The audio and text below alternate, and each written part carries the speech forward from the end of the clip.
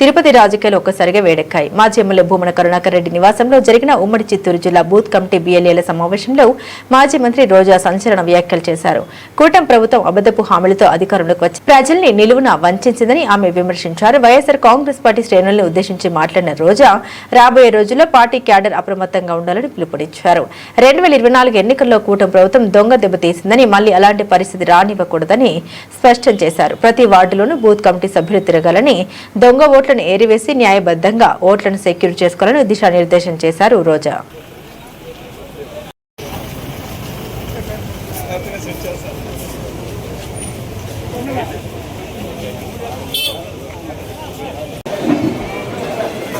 నగరి నియోజకవర్గం నుంచి మాజీ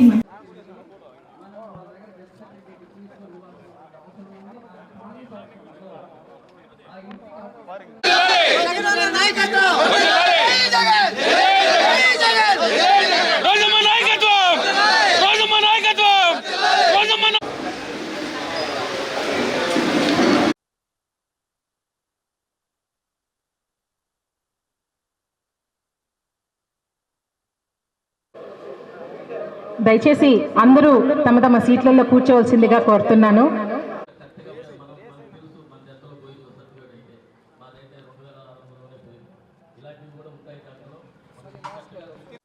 మరి మన ఆంధ్రప్రదేశ్ లో ఎస్ఆర్ సర్ అనేది ఒకటి సర్వే జరుగుతుంది కాబట్టి దాని సర్ గురించి చెప్పేదానికి ప్రతి జిల్లాలో ఒక మీటింగ్ లో భాగంగా మనము అక్కడ మనకున్నటువంటి ఓట్లకు సంబంధించిన ప్రతి ఒక్కటి మనము వాళ్ళకు సమర్పించాల్సి వస్తుంది.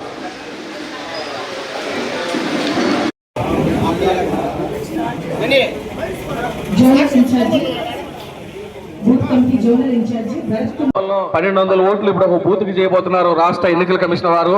ఇప్పుడు ఆ 1200 ఓట్లకు సంబంధించి ఒక బిఎల్ఏలు నియమించుకొని 37 లక్షల ఓట్లు మన పక్కన తమిళనాడులో అయితేనేమి, పశ్చిమ బెంగాల్లో దాదాపు 93 లక్షలు.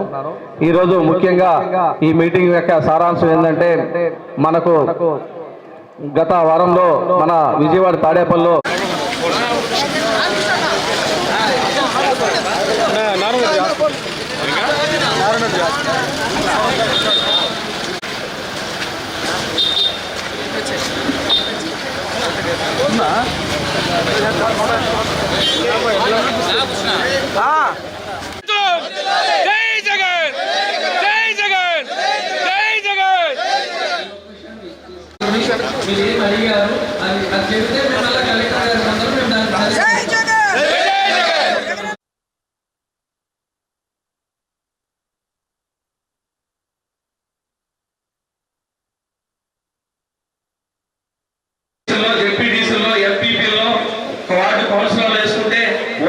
ఎస్ఆర్ అనే సర్వే అనేది జరగలేదు.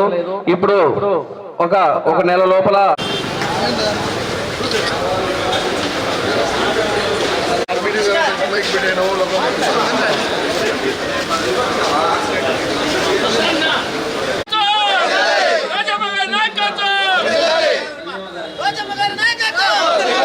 నలభై 44 సంవత్సరాలు ఇప్పుడు కూడా మళ్ళీ నా ఓటు నేను నిరూపించుకోవాలంటే ఖచ్చితంగా ఆధార్ కార్డు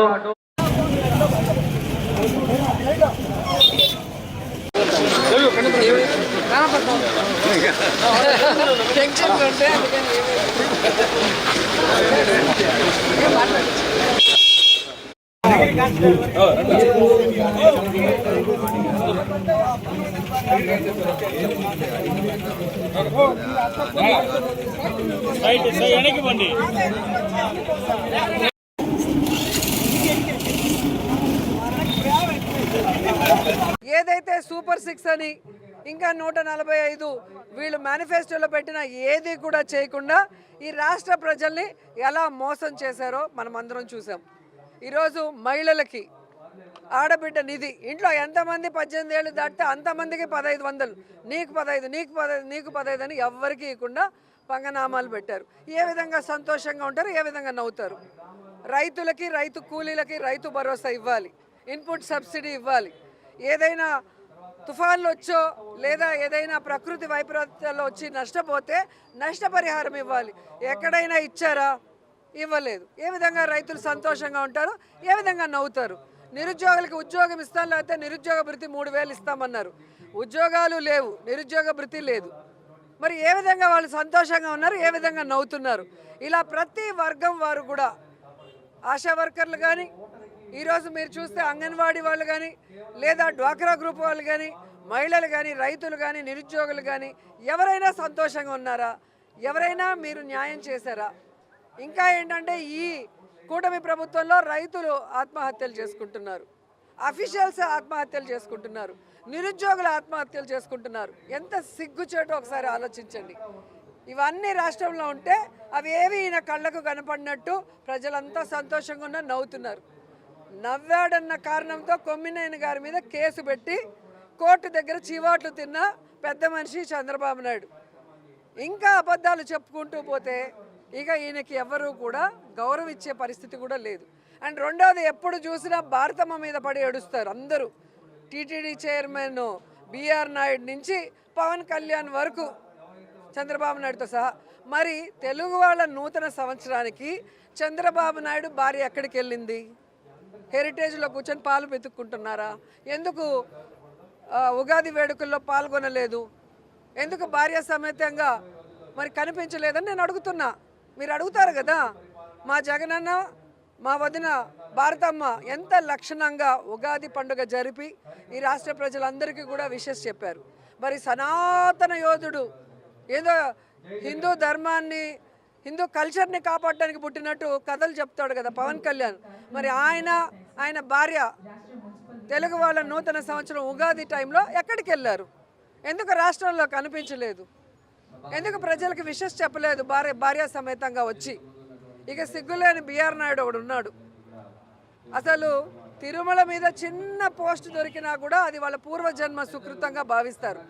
చైర్మన్ పదవి అయినా నాకేం పని లేదా, నాకేం ఇది అన్నం పెడుతుందా, నాకు హైదరాబాద్లో ఇన్ని బిజినెస్లు ఉన్నాయి, అన్నీ ఉన్నాయి, మరి రాజీనామా చెయ్యి. నేను ఎవడు కంటిన్యూ అవ్వమన్నాడు?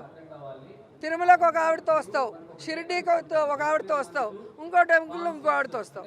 మరి ఉగాది రోజు నూతన సంవత్సరం ఒక టీటీడీ చైర్మన్ కొండ మీద నించొని పంచాంగ శ్రవణం ఏర్పాటు చేసి భార్యా సమేతంగా ఈ రాష్ట్ర ప్రజలకి శుభాకాంక్షలు చెప్పాల్సిన అవసరం ఉంది కదా.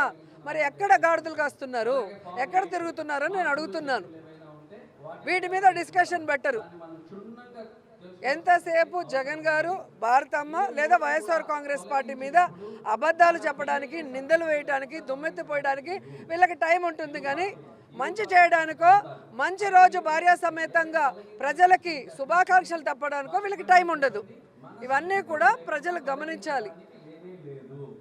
అర్హత లేని వాళ్ళకి, పనికి మాలిన వాళ్ళకి, ప్రజల మీద ప్రేమ లేని వాళ్ళకి మనం కనుక గౌరవం ఇస్తే ఈ విధంగానే ఉంటుంది. ఇలాంటి వాళ్ళని తరిమి కొట్టాలని అందరినీ కూడా కోరుకుంటున్నా.